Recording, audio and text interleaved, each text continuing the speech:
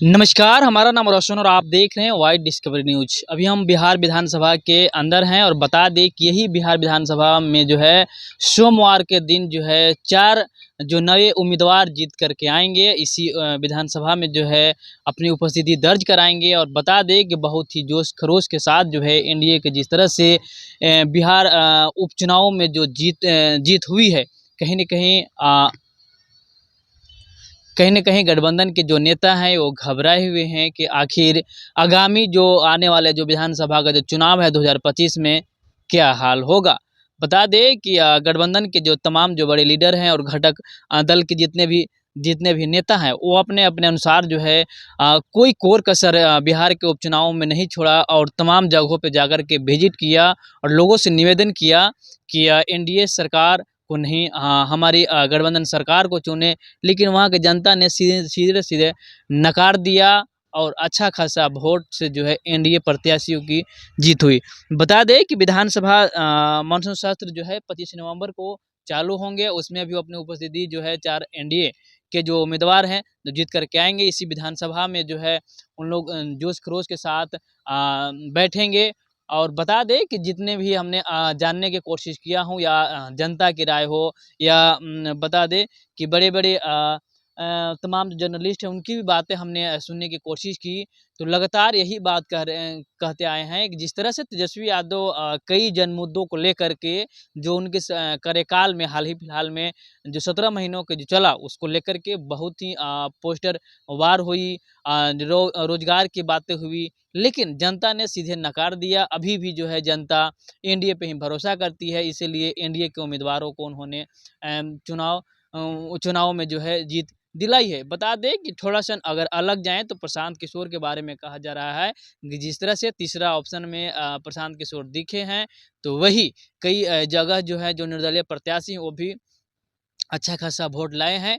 लेकिन प्रशांत किशोर इर्द-गिर्द जो है कहीं दिखाई नहीं दिए और ना एनडीए के जो छुपाए और ना ही जो है गठबंधन के नेताओं को छुपाए। आखिर प्रशांत किशोर जिस तरह से नई पार्टी का गठन किया और नई पार्टी गठन करने के बाद जो है अचानक से 4 उम्मीदवार जो है विधायक के चुनाव जो है लड़ा दिए और उनके उम्मीदवार जो है धराशायी भी हो गए। लेकिन सबसे गौर करने वाली बात है कि सबसे अगर बड़ा झटका लगा है तो आरजेडी और कांग्रेस पार्टी को, क्योंकि अगर देखा जाए तो बिहार में बड़ी पार्टी है और इन लोगों की अगर देखा जाए तो एक अपनी वोट बैंकिंग है। जिस तरह से तेजस्वी यादव ए टू जेड के बाद जो है अगला पिछड़ा का समीकरण लाए, उसके बाद जो है एमवाई समीकरण जो लालू यादव पहले चला करते थे अपने पार्टियों को लेकर के, एमवाई समीकरण को हम ढो करके लेकर जाना आप देख सकते हैं। जो हाल ही में लोकसभा के चुनाव में जो है हिना साहब जिस तरह से चुनाव लड़ी और हार भी गई, पुनः जो है उन्हें अपने घर में बुलाने का काम किया। और हिना साहब की अगर ताकत की अगर जोड़ लिया जाए तो बेलागंज में उनके जो बेटे हैं साहब वो गए, लेकिन कहीं न कहीं उनकी भी बातों जो है उन्हीं के लोग जो है शायद नकार दिया। और उसी का नतीजा है जो बेलागंज से जो कई वर्षों से सुरेंद्र यादव जीतते आ रहे थे वो सीट जो है अब मनोरमा देवी यानी कि जेडीयू के खाते में चली गई। लेकिन अगर देखा जाए तो रामगढ़ में जो जगदानंद सिंह के बेटे उम्मीदवार थे उनको भी जो लोग हैं नकार दिया और वहाँ से भी जो है उम्मीदवार एनडीए प्रत्याशी ही हो गए। आखिर यह देखना होगा कि आरजेडी का अगला स्टेप और अगला निर्णय क्या होगा। जगदानंद सिंह पे जो है बहुत भरोसा किया था, वहाँ का जो सीट है कहीं न कहीं दिया था और यह भी आरोप लग रहे थे कि परिवारवाद में जो है वो भी सीट गया है। तो हो सकता है जिस तरह से एनडीए हमेशा जो है परिवारवाद पे लांछन लगाते आ रही है आरजेडी को लेकर के, कहीं न कहीं उसकी भी खमियाजाना तो नहीं भुगतना पड़ा। लेकिन वही अगर देखा जाए तो जीतन राम मांझी की जो बहू जो इमामगंज से है वो भी जो है परिवारवाद के वाद में ही आती हैं।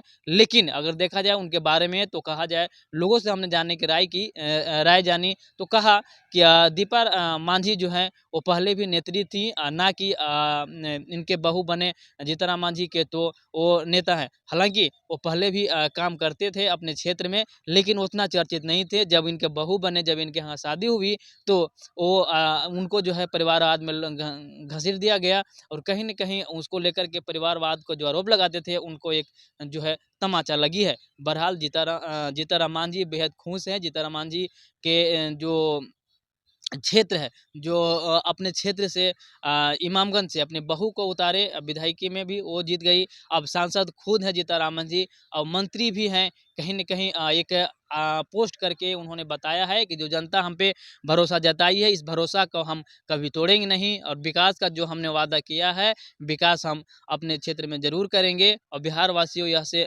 संतुष्ट हैं कि आगामी जो चुनाव जो होने वाले हैं विधानसभा 2025 में एनडीए की सरकार जो है फुल बहुमत की सरकार बनेगी और मुख्यमंत्री के तौर पर अगर देखा जाएगा तो नीतीश कुमार ही होंगे। नीतीश कुमार की अगुवाई में ही हम लोग जो है चुनाव की रणनीति तय करेंगे। बहरहाल हम कुछ अपना जो अनुभव है हमने शेयर किया हूँ। तमाम जो जनता देख रहे हैं हमें जो है इस बातों को लेकर के आपके मन में क्या चल रहा है, जो आपके मन में चल रहा है वो हमें कमेंट करके एक लिख दीजिए और हम वीडियो कहीं छोड़ जाते हैं। आगे हम और भी इसी तरह का अपडेट ज़रूर लाएंगे। तब तक के लिए धन्यवाद और वाई डिस्कवरी चैनल को ढेर सारा लाइक और प्यार जरूर दीजिए।